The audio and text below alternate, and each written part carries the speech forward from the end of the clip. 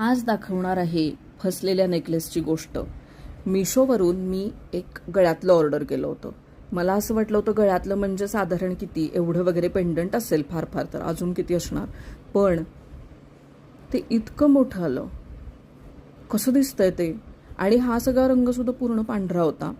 मग मी विचार केला की अनायसे एवढी मोठी दोरी आलेलीच आहे, तर हे छानसं फॅब्रिक पेंट करून घेऊयात आणि याचं एक छानसं वॉलपीस बनवूयात. पैसे तर खर्च केलेत ना, वाया कशाला घालवायचं मग. त्याच्यामुळं बनवून घेतलेला आहे हा छानसा वॉलपीस आणि बघूया आता तो कसा दिसतोय. आणि असा दिसतोय हा छानसा वॉलपीस. मिशोवरून मागवला होता नेक पीस, पण त्याचा बनवून ठेवलाय वॉलपीस.